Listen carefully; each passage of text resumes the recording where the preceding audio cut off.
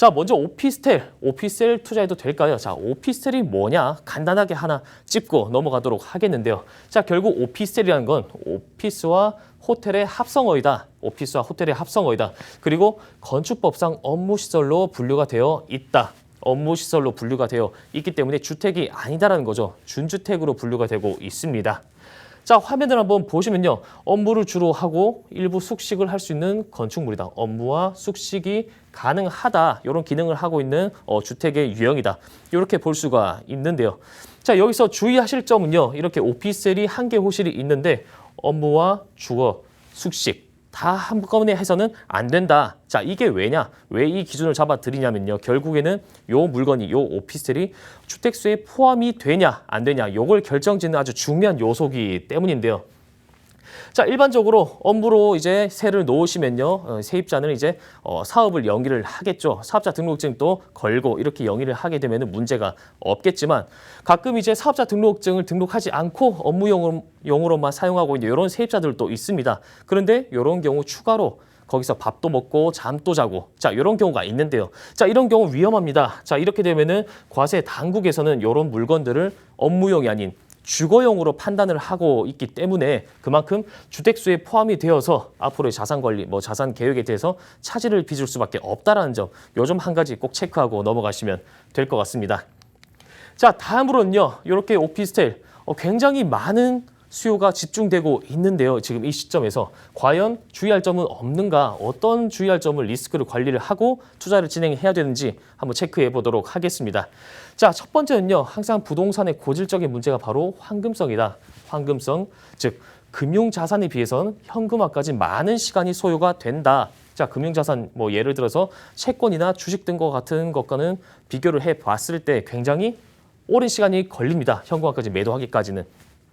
자, 동네 이제 부동산 또 이제 매도 의뢰도 내놔야겠고요. 새로운 이제 매수인 또 찾아야겠고, 그러면 또 가격 협상도 해야 되고, 다시 잔금도 치러야 되고, 굉장히 많은 절차들이 복잡하게 있기 때문에 현금화까지 많은 시간이 소요가 된다. 황금성이 떨어진다. 이런 고질적인 문제가 있겠고요. 그리고 오피스텔 같은 경우는요, 실수요보다는 가수요 경향이 더 많다. 실수요가 많이들 알고 계시겠지만 실거주 수요입니다. 내가 직접 들어가서 살려고 하는 경우.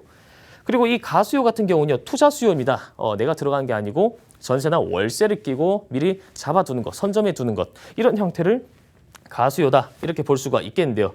자, 오피스텔 같은 경우는 실수요보다는 가수요가 훨씬 더 많기 때문에 향후 가격 변동성에 대해서 예측이 어려운 부분이 있다.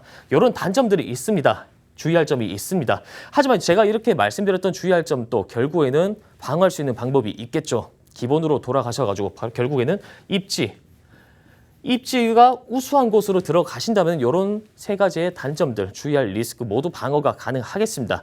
결국 역세권에 있느냐 또는 주변에 일자리가 풍부한가 또는 서울 3도심과의 접근성이 우수한 교통편이 주변에 위치하고 있는지 자, 이렇게 된다면요. 임차 수요가 활발하게 진행될 수밖에 없고요. 임차 수요가 많다라는 건 결국에 투자 수익률이 높다는 거고 투자 수익률이 높다라는 것은 결국은 황금성이 좋다, 잘 팔린다라는 말이 되겠죠. 따라서 기본적인 문제, 바로 입지를 우수한 곳으로 들어가신다면 충분히 방어가 가능한 부분들이다. 이렇게 정리해드릴 수가 있겠고요. 자, 다음으로는요. 결국엔 이 오피스텔 지금 현재 이렇게 집중이 되고 있는데 왜 집중이 되고 있고 왜 투자 가치가 있고 왜 지금이 기회인지 한번 체크를 해보도록 하겠습니다. 자, 첫 번째로는요. 바로 취득세가 역전이 되었다. 자, 화면에 보시면 이 표는요. 현재 주택에 대한 취득세 요율 표입니다.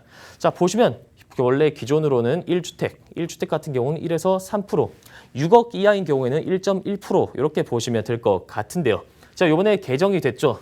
취득세. 1주택 같은 경우는 동일합니다. 1에서 3%. 하지만 2주택자부터는 조정 대상 지역 같은 경우는 8%, 그리고 3주택 같은 경우는 12%. 자, 비조정 같은 경우는 한 단계씩 밀린다. 이렇게 생각하시면 될 것 같습니다.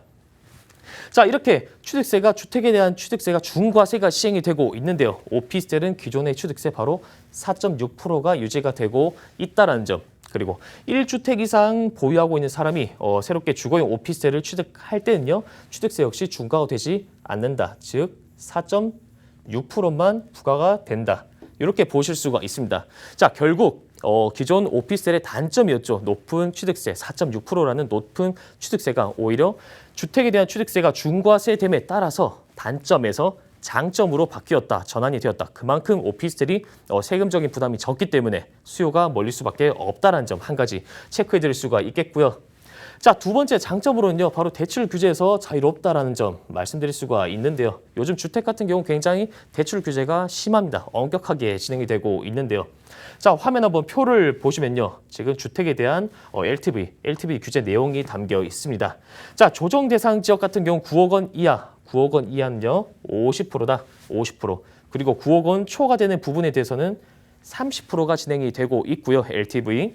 그리고 이제 투기 지역과 투기 과열 지구, 요건 두 개는 하나로 묶으시면 됩니다. 동일하기 때문에 이런 투기 과열 지구에서는요, 9억 원 이하는 40%, 그리고 9억 원 초과 15억 원 이하 같은 경우는 20%고요. 15억 원 초과는 0%입니다.